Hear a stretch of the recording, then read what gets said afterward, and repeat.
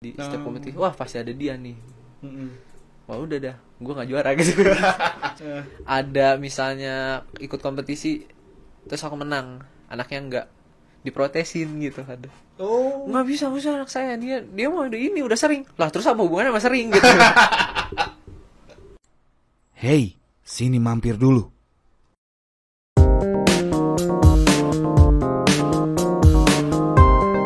Selamat datang di The Satyas Podcast. Masih bareng gue, Agung Satya. Dan gue sekarang mau sharing nih. Ternyata masa muda itu nggak jadi hambatan. Ada salah satu orang masih muda, juara di mana-mana, dari mulai festival ke festival, dan akhirnya sekarang masih muda jadi session player artis. Dan sekarang ada hadir di sini nih. Mau tahu siapa? Kita langsung aja yuk sapa. Gabriel Marvelio. Apa kabar, Bro? Halo Mas. Hey. Baik sekali. Lu session player artis ya? Iya, puji Tuhan sekarang kayak gitu. Wih. Mantap. Usia lu berapa sih? 17 tahun. 17 tahun. 17 tahun. Wow. 17 tahun udah jadi session player artis ya. Bro, gini nih. Jadi gue tuh pengen undang lu ke sini nih. Pengen tahu cerita lu nih ya. Usia masih muda, 17 tahun udah jadi session player artis nih. Lu belajarnya tuh dari kapan sih? Untuk belajar sendiri mulai kenal instrumen drum itu dari umur 2 tahun sih. Dari 2 tahun? Ya sebetulnya tahunya itu kenalnya itu pas umur 1,5 tahun. Mulai kayak pukul-pukul toples di rumah gitu. Sampai bocor dibeliin drum-drum mainan, hancur juga. Mulai 2 tahun mulai belajar bener gitu. Usia 2 tahun udah mulai dikenalin ya? Dikenalin gitu. Itu dikenalinya sama siapa? Kebetulan papa saya juga pemain drum gitu. Oh, papanya pemain drum ya? Drum. Wow. Tapi nggak terjun di dunia sirkuler, jadi lebih di dunia rohani aja, main drum untuk di gereja kayak gitu. Jadi hampir setiap hari dulu papa latihan, jadi setiap hari juga saya ngeliatin papa, kayak nontonin papa latihan. Akhirnya ya muncullah rasa-rasa ketertarikan gitu sama alat musik drum. Waktu kecil bokap tuh ya main drum, lu suka disuruh liatin gitu atau diajak? Nggak disuruh lihat sih, cuman kayak jadi di rumah tuh emang ada satu ruangan yang dulunya kamar papa, terus sekarang dibikin jadi studio dan tempat latihannya papa dari dulu gitu. Jadi papa tiap sore masuk situ kok ada bisik-bisik gitu, ngapain aja gitu. Akhirnya kayak pengen ikut lihat, nontonin di bawah gitu. Kayak ngeliatin papa latihan terus setiap hari kan, karena kayaknya tuh papa kayak seru gitu, mukul-mukul terus setiap hari. Apa sih gitu sampai yang bikin papa tuh sampai rajin banget mainin alat ini gitu. Akhirnya mulai kayak ikut mukul juga, nyari toples gitu, terus kaleng-kaleng dipukul-pukulin, terus dibeliin lah kayak drum mainan yang dari plastik gitu. Dibeliin kayak gitu, dimainin, ternyata hancur karena terlalu sering juga, sampai hancur. Kalau nggak sampai 3 kali dibeliin yang kayak gitu hancur. Secara nggak langsung lu berarti dicokokin nggak sih? Ngerasa dicokokin nggak sih? Enggak sih, enggak lebih juga. Kayak mengalir aja sih.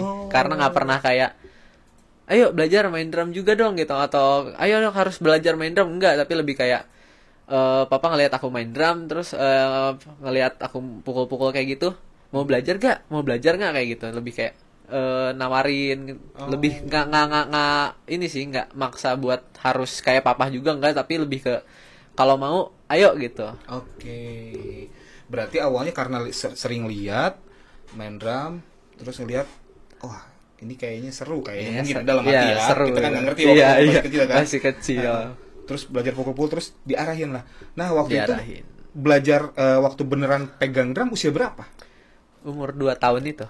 Drum beneran ya? Drum beneran. Tapi waktu itu karena ya badannya masih ya segitu.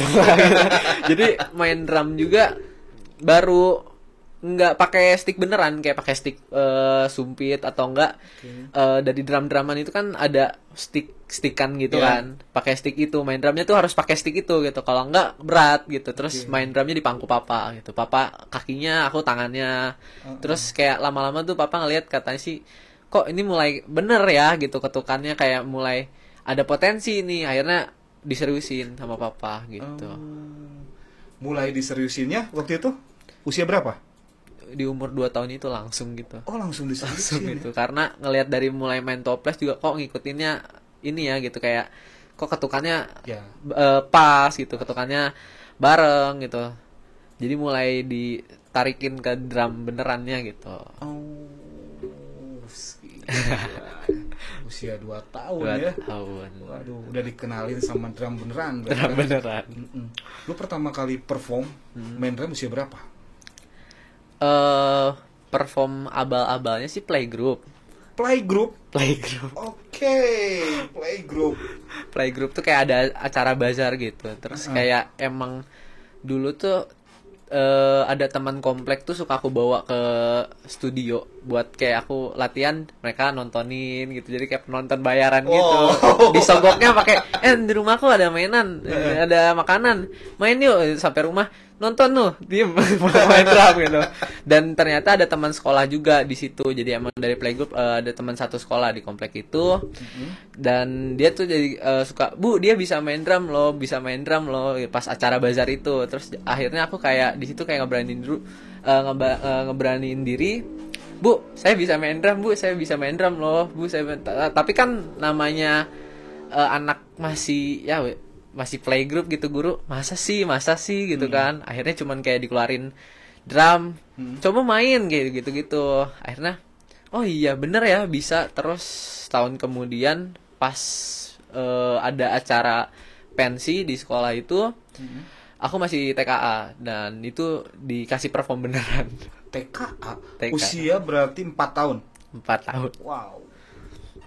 4 tahun udah berani perform ya. Drum lagi. drum. Aduh.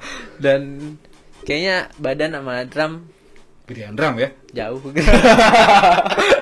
Kayak kalau waktu itu kayak yang nonton, kalau orang kan perform pensi nonton depan, ini nonton belakang. Belakangnya juga ketutupan sama kursi kalau salah, pakai kursi TK kan. Iya. Jadi nonton kayak gitu. Dan performnya juga sama anak SMA. Sama anak SMA. Sama anak SMA. Wow. TKA TKA. perform sama anak SMA. Bawain lagu apa, masih inget gak? Bawain lagu rohani sih. Oke. Lagu rohani apa ya judulnya? Kalau nggak salah Dia Mengerti judul lagu gitu. Wow. Keren ya. Jadi Iya. udah kecil udah memang mengalir ini ya. Nah, udah setelah TKA itu masuk mulai pendidikan formal nggak? Masuk pendidikan formal di musik tuh umur 7 tahun. Oke, 7 tahun. Umur 7 tahun dimasukin ke satu lembaga musik namanya Purwacaraka Musik Studio di Sukabumi. Karena waktu itu baru adanya itu di Sukabumi. Disuruh mama sih waktu itu. Karena emang biasa belajarnya cuman karena papa itu biasa mainin lagu gereja. Jadi aku kebiasaannya kalau main drum harus pakai lagu rohani kayak gitu doang belajarnya. Jadi nggak pernah ada belajar khusus. Ayo belajar gimana nggak. Cuman jadi kayak lagu aku main kayak gitu. Nah dan umur 7 tahun itu tiba-tiba mama nawarin mau nggak belajar drumnya serius katanya di tempat les. Karena waktu itu aku punya sepupu juga, dia main musik juga, main drum juga, dan dia dari Cianjur ke Sukabumi itu les di Purwacaraka itu. Karena jadi ada karena papa main drum, di keluarga besar pun ada beberapa sepupu aku yang ikutan juga main drum gitu. Oke. Jadi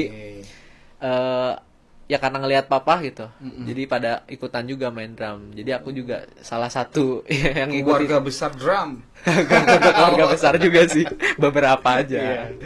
Jadi dia ngeles, aku disuruh mama ikutan juga tuh sama waktu itu sama kakak sepupu kan, jadi manggilnya Koko.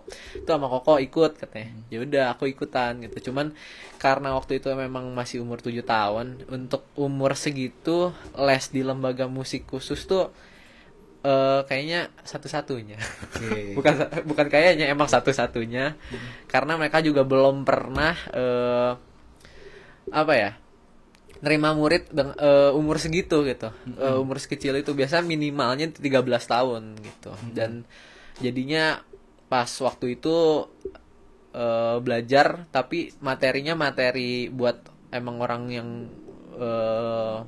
emang udah ngerti tentang musik gitu. Jadi aku buat ngeles itu ngerasa bosen gitu. Jadi nggak lama, sekitar cuman paling 3 bulan.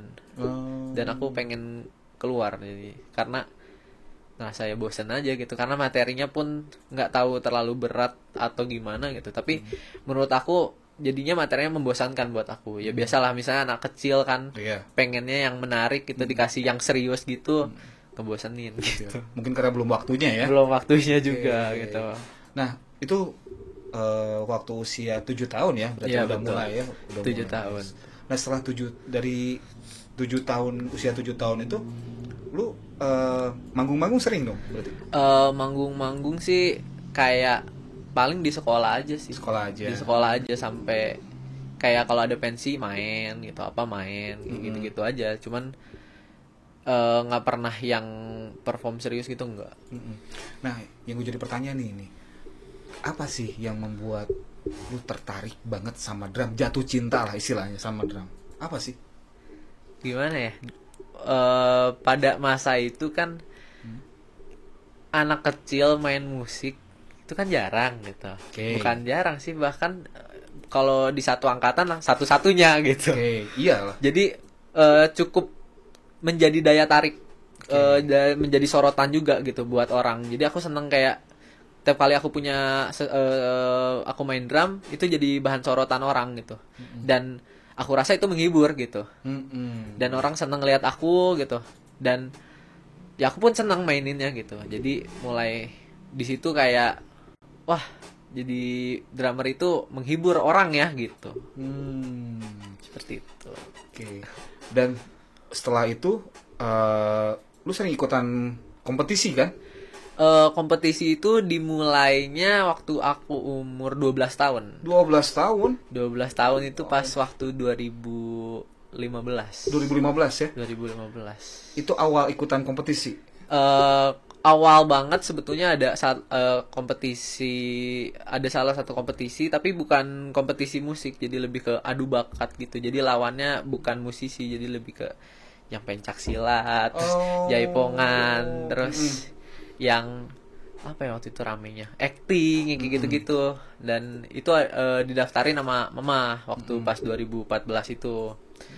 Terus ternyata karena emang yang main musik jarang waktu itu pas jadi sempat jadi kayak unggulan juga dari perwakilan dari kota Sukabumi, dibawa ke Bandung buat ikut final waktu itu. Nah, cuman waktu di Bandung belum menang dan kalah sama Jaipong. Itu pertama kali ya? Itu pertama kali ikutan istilahnya festival ya, lolos sampai ke Bandung. Wow, pertama kali, keren ya. Tapi ya belum menang itu karena tapi karena belum menangnya itu jadi yang ibaratnya apa ya, api yang udah hampir padam itu berkobar lagi. Jadi mulai kayak masa sih kalah sama Jaipong gitu. Karena apa ya, si jurinya itu kayak memberi harapan gitu. Wah, ini drummer nih satu-satunya nih dari 3 kota yang di audisi itu, drummer nggak ada lagi, ini doang satu-satunya. Ini bisa jadi unggulan nih dari 3 kota ini kata dia. Tapi pas ini lah kalah sama Jaipong gitu. Dari situ mulai fokus di musik, karena sebetulnya dari umur 7 tahun itu main musiknya nggak ke arah lagi gitu. Jadi nggak kayak main drum, cuman dengar lagu main gitu, nggak pernah ada arahan khusus gitu, nggak pernah. Dari usia 7 tahun itu? Dari usia 7 tahun semenjak beres les dari situ udah nggak pernah ada yang ngarahin lagi. Jadi cuman kayak papa kadang downloadin video di, dulu masih belum zaman ya nonton YouTube, masih internet masih lumayan cukup mahal, jadi ke warnet waktu itu masih kayak cuman papa downloadin video atau dapat dari sepupu, aku nontonin, oh pengen nih nanti kayak dia gitu, kayak gitu-gitu. Jadi cuman kayak niru-niruin lagu, denger lagu kayak gitu, tapi belum pernah ada yang ngajarin khusus tuh pun enggak gitu, karena papa pun belajar musik otodidak gitu. Dari ya semenjak ikut kompetisi itulah gitu, adu bakat kalah sama pemain jaipong gitu kan. Iya. Terus ya mulai panas gitu, wah gitu, masa kalah. Dan dari situ mulai les lagi, mulai masuk lembaga kursus lagi gitu. Udah itu baru mulai diseriusin lagi ya. setelah Mulai itu. dari situ mulai serius, mulai terarah dan diarahkan sampai sekarang gitu. Leo juga ini sebenarnya hampir setiap di festival jadi juru kuncinya ya katanya ya. Juru kunci. Setiap festival drum nih. Wah. Gak juru kunci banget sih sebetulnya, cuman lebih ke kalau ini tuh, kalau satu lokasi tuh penunggu. Jadi cukup dikenal sama drummer-drummer anak lain pun gara-gara kompetisi. Jadi setiap kompetisi, wah pasti ada dia nih. Wah udah dah, gue nggak juara gitu. Suka digituin lah sama orang gitu, karena udah seringnya ikut kompetisi gitu. Nih kita lihat nih foto-fotonya nih.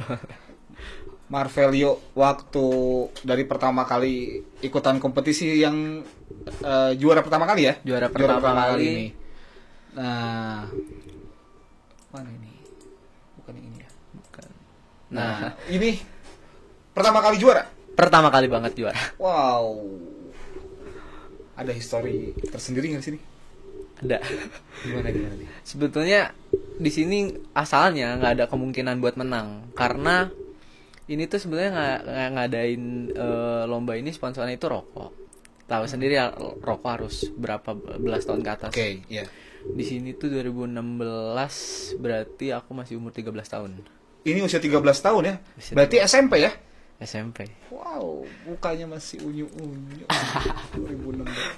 Usia 13 tahun ini sebetulnya nggak boleh ikut kompetisi yang sponsornya rokok ini gitu. Cuman berhubung waktu itu dari Sukabumi yang ikut cuman 1 orang, jadi 2 orang sama aku gitu. Karena ya waktu itu cuman kayak ini kan antar komunitas sebetulnya. Ini yang ngadain pun komunitas Cianjur gitu.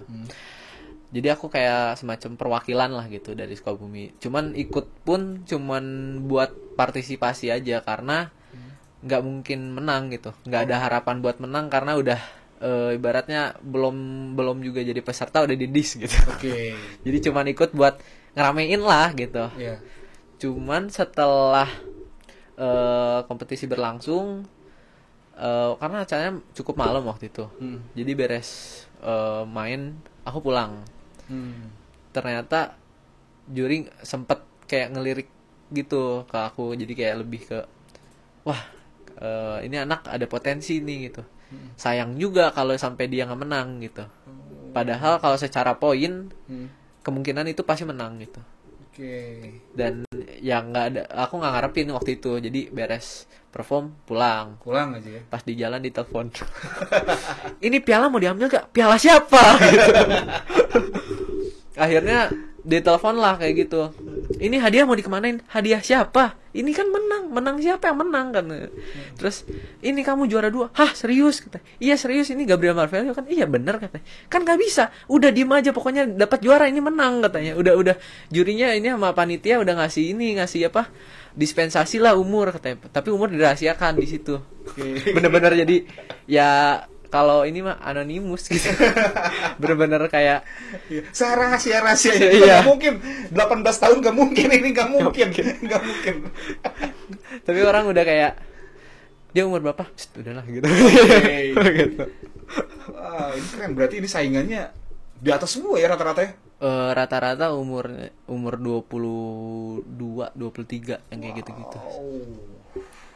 Udah pokoknya ya bocah satu-satunya ya, kelihatan lah gitu sebetulnya. Kelihatan dari fotonya ini. Ini berarti awalnya di sini ya? Awal banget ini di sini. Ini kita lihat nih. Ini buktinya nih juara-juara. Ini setelah beberapa kali ikut kompetisi. Oke, Sini. juara 1. Ini masih juara Ini juga, juara 1. Wow, keren. Juara 1. Wah, gila ini. Wah, juara 1 terus nih ya. Iya, puji Tuhan seperti itu. Ada pride tersendiri gak sih? Masih ada. Gitu ya. Cuman ya gimana ya? Lebih ke ini aja sih. Keep humble lah gitu. Oke. Wah, juara 1 terus. Hebat. Nah, setelah waktu perjalanan ikutan festival-festival, itu ada yang menarik nih kan, sempat jadi guest, jadi opening act ya? Ya, opening act beberapa. Jadi di drum itu sempet kayak banyak artis yang ngadain workshop drum, terus drum clinic, terus master class. Nah, aku sempet jadi beberapa gestar beberapa kali jadi gestar untuk openingnya mereka gitu. Oh, itu awalnya berarti dari ikutan festival, terus diundang jadi gestarnya. Diundang jadi gestar. Oke. Gitu. Nah, sebelum waktu ngisi jadi waktu perjalanan jadi ikutan festival itu ya. Waktu ikutan festival itu apa sih?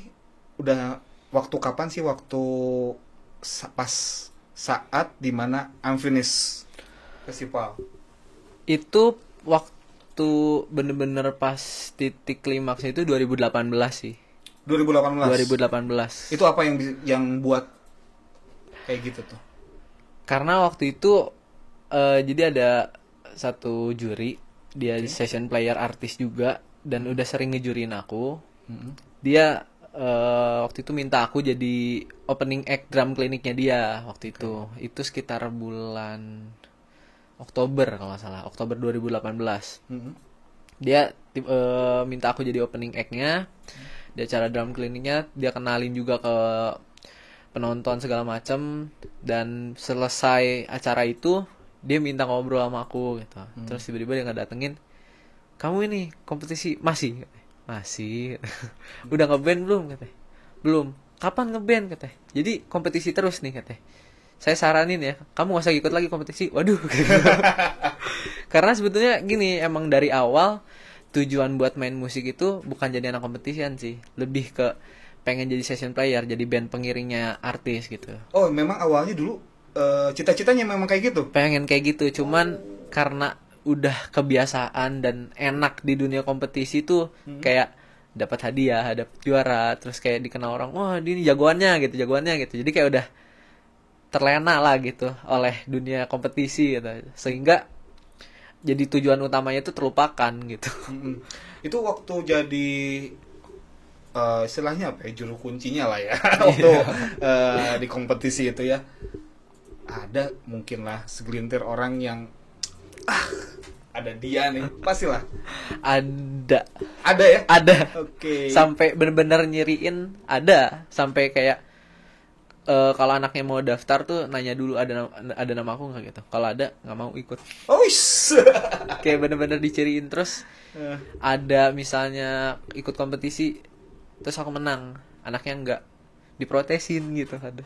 Oh, nggak bisa anak saya, dia mau udah sering lah, terus apa hubungannya sama sering gitu. Kayak gitu. Sampai segitunya ya? Sampai segitunya, sampai diciriin. Jadi sampai saking seringnya ikut kompetisi dan ya puji Tuhan juara, sampai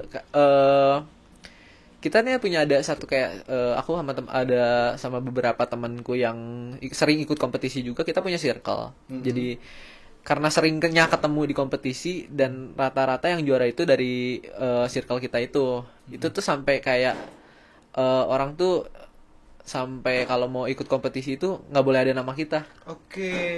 Sampai kalau kita mau daftar, panitianya duluan udah inisiatif. Oh kalian, kan udah sering ikut, nggak usah ya gitu.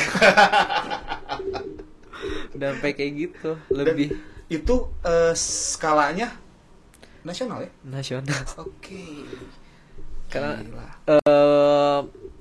diadainnya pun bermacam-macam tempat, dari yang tempat kota gede sampai kota kecil, dari kota-kota kayak kota kecil tuh kayak Sragen gitu, daerah-daerah gitu, terus Solo gitu, sampai ke kota gede Surabaya, Jakarta, Bandung kayak gitu. Dan itu biasanya yang kompetisi juga banyak dari berbagai daerah sih, Bali, dari Kalimantan ada. Oh, ada ya? Ada, nyamperin ke kumpul di satu titik itu tuh. Jadi kadang Surabaya bahkan aku sama circleku itu yang biasa ikutan kompetisi tuh, aku sendiri dari Sukabumi, terus ada yang dari Surabaya, dari Jombang, Semarang sama Balikpapan. Oh, itu circle ya? Berlima. Berlima. Itu yang ada jagoan neonnya kompetisi.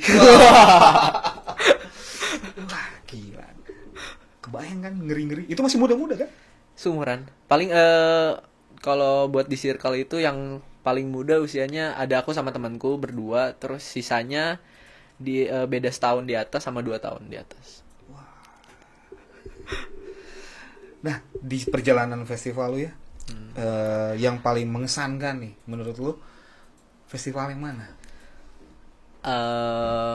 Sebetulnya sih semuanya berkesan, tapi ada beberapa festival yang kayaknya perjuangan banget gitu. Itu ada dari salah satu brand stick gitu, mereknya nih gitu, karena udah aku di endorse sekarang jadi nggak bisa nyebut itu. Sekarang masih di endorse? Masih, tapi bukan nama brand itu, ada bukan. brand lain gitu. Nah itu dia pertama kali aku juara 1 juga di situ, dan itu lawannya berat-berat, dan di situ aku masih kompetisi ketigaku.